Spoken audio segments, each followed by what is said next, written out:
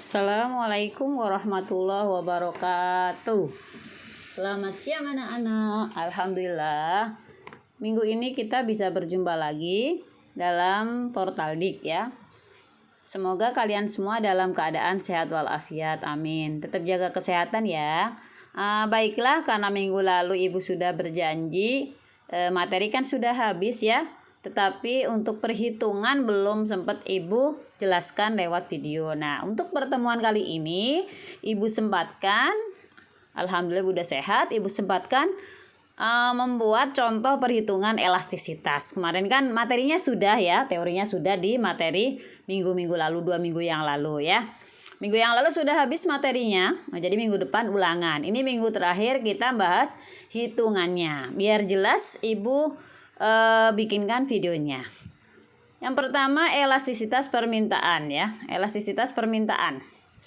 Elastisitas permintaan itu adalah koefisien perubahan dari harga pertama ke harga kedua, lalu diprosentasekan. Adapun rumusnya yaitu ED. Nah, E itu adalah elastisitas, D demand, artinya berarti elastisitas permintaan sama dengan min delta Q dibagi delta P kali P per Q. Nah, sudah cukup jelas, di materi juga ada, kalian di lampiran tinggal unduh, di mana ED adalah koefisien elastisitas permintaan, delta P adalah perubahan harga berarti dari P1 ke P2.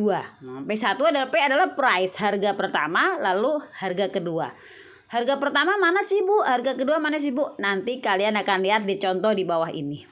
Untuk delta Q berarti perubahan kuantitas ya. P berarti harga awal, harga pertama.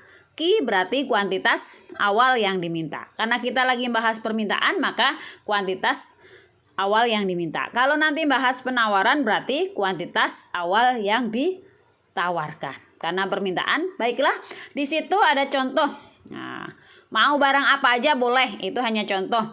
Pada waktu harga pertama minta Rp5, Rp5 di P1, itu Ibu kasih keterangan P1 berarti harga awal. Itu kuantitasnya 10 unit. Lalu ketika harganya turun menjadi 4, nah 5 ke 4 kan turun ya, P2-nya turun. Kuantitas yang diminta justru naik menjadi 14 unit. Nah, 10 unit berarti Q1, kuantitas awal, 14 unit adalah Q2. Bagaimana jawabnya? Oke, kita terapkan rumusnya. Delta adalah selisih dari 1 ke 2. Oke, kita masukkan rumusnya ya, ikutin rumus yang di atas ya. Delta ya. ED sama dengan delta min delta Q. Minnya kita masukin. Rumusnya dulu masukkan min delta Q dibagi delta P kali P per Q. Min kita masukkan min ya. Delta itu Ibu sebutkan biar kamu jelas 14 ya. Q-nya berarti 14. Q2 min Q1 ya. 14 min 10. Berarti harga kedua dikurangi harga pertama. Kalau mau nyari selisih, kalau kamu beli apa-apa misalnya harga pertama 10, harga kedua 15. Kalau ditanya deltanya, selisihnya kan yang kedua dikurangi ke 1 ya. Kalau ditanya kenaikannya berarti 1 kedua ada berapa? Ini 2 dikurang 1. Berarti Q2 dikurangi Q1, itulah delta Q.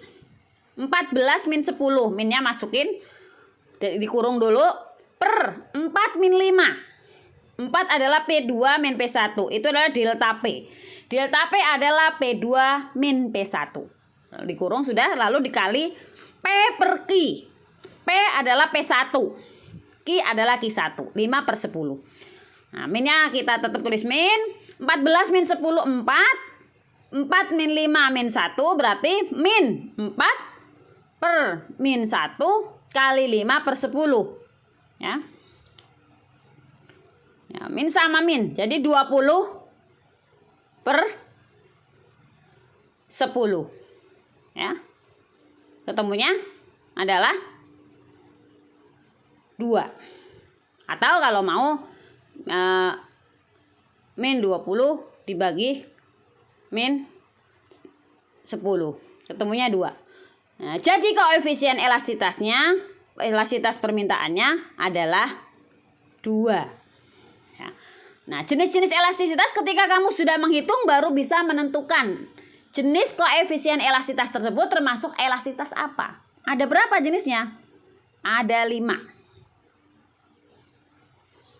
Kalau ketemunya lebih besar dari 1, nah 2 lebih besar apa lebih kecil? Lebih besar. Maka disebut elastis.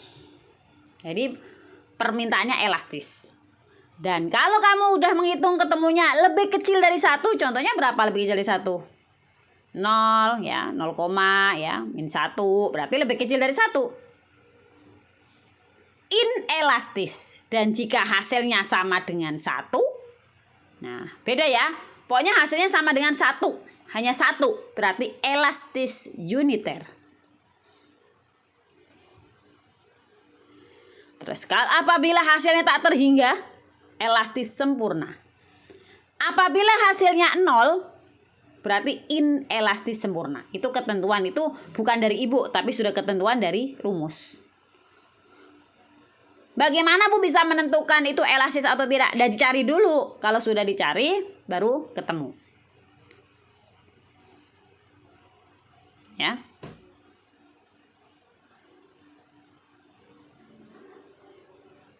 Yang di atas jelas ya. Min 4 dibagi min 1. Min sama minnya bisa sederhanakan. Min sama min jadinya plus. Terus 4 kali 5, 20.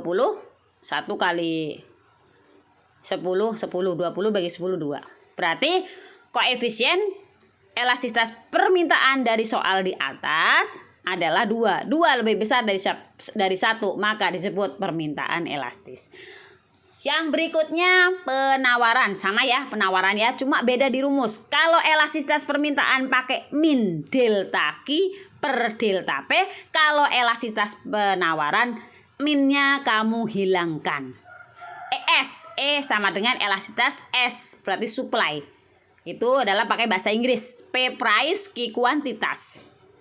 Sama rumusnya, hanya saja datanya pasti beda, karena kalau yang ini bahas penawaran. Kalau permintaan, jika harganya naik, jika harganya turun, maka permintaan akan naik. Tetapi jika penawaran harganya turun, barang yang ditawarkan akan mengikuti turun, ya. Itu kuncinya. Hitunglah koefisien elastisitas penawaran dari data berikut. Ya, maaf kalau tulisannya jelek, yang penting saya bisa menjelaskan dari tulisan saya sendiri ya. Ya ini ada rumusnya di buku, tapi lebih saya sederhanakan biar kamu mudeng. Harga pertama 5, harga mula-mula. Lalu turun jadi 3. Saat harga 5, kuantitasnya 8, saat harga 3, 4. Itu sengaja Ibu kasih tanda 5P1, 3P2, 8 unit Q1, 4 unit Q2. Jawab, masukkan rumus. ES sama dengan delta Q per delta P kali P per Q. Tinggal masukkan 4 min 8. Itu dari rumus ya. Dari data ya. Q2 min Q1 berarti delta Q per 3 min 5 berarti P2 min P1. Berarti delta P. Kali P berarti P1 5 per Q 8. Q1. Ya, 4 min 8 min 4. 3 min 5 min 2. Min 4 per min 2. Kali 5 per 8. Ya. Min 20 dibagi min 16. Min dibagi min ketemunya plus. Itu sengaja di atas saya kasih keterangan. Ya kamu yakin yang anak IPA mungkin sudah pinter-pinter. Kalau IPS kadang suka masih pada bingung ya. Gak apa-apa, saya nggak membedakan. Cuma biar paham aja. Jika min dibagi min itu ketemunya plus, plus dibagi plus sudah pasti plus, plus dibagi min ketemunya min, min dibagi plus ketemunya pun min, gitu ya. Jadi kalau min 20 dibagi min 16 ketemunya 1,2, tidak ada minnya karena min ketemu min. Nah, sama, jadi koefisien elastisitas penawarannya 1,2. Ada ketentuannya, ada 5 jenis juga. Permintaan juga ada 5, penawaran juga ada 5. Jika hasilnya lebih besar dari 1, 1,2 lebih besar apa lebih kecil? lebih besar. Maka disebut elastisitas penawaran yang elastis. Kebetulan contohnya elastis semua, akan tetapi kamu nanti dalam soal di bawah ini akan menemukan contoh-contoh mungkin yang inelastis, yang uniter, yang apa, nggak masalah. Justru dengan latihan di bawah ini kamu akan semakin paham. Soalnya ada 2 macam, tapi tiap satu macam ada 2 soal, jadi ada 4 soal. Kalau betul semua saya nilainya 100. Yang penting mencoba. Kalau udah mencoba tapi tidak betul, tidak masalah, tetap dapat nilai. Yang tidak dapat nilai yang tidak mencoba dan tidak mengumpulkan, ya. Saya akan ketat dalam semester 2 ini. Jika tidak ikut KBM saya 3 kali berturut-turut, maka jangan harap dapat nilai KKM. Ya. Mungkin itu saja dulu yang Ibu sampaikan. Itu soalnya ada koefisien permintaan, elastisitas permintaan, dan koefisien elastisitas penawaran. Masing-masing ada 2. Dicoba dikerjakan yang rapi nulisnya biar Ibu kebaca karena hitung-hitungan. Lalu kirimkan kembali jawaban kamu, ya. Lengkap ya jawabannya. Setelah jawab, lalu kamu sebutkan dalam kurung termasuk elastisitas apa dengan berpedoman pada ketentuan di atas. Kalau hasilnya kamu jawabannya nanti misalnya 1,2 berarti elastis. Kalau kebetulan jawabannya lebih kecil dari 1. Contohnya berapa misalnya? 0,5 kan lebih kecil dari 1 berarti inelastis. Kalau ketemunya kebetulan 1, Bu, berarti elastis uniter. Yang sering dipakai yang 1 sampai 3, elastis, inelastis, dan elastis uniter. Kalau yang tak terhingga yang sempurna itu jarang. Ketemunya sama dengan 0 juga jarang, ya. Jadi ya itu, tapi ya tetap ada ketentuannya. Mungkin itu saja dulu. Maaf terlalu panjang penjelasan Ibu.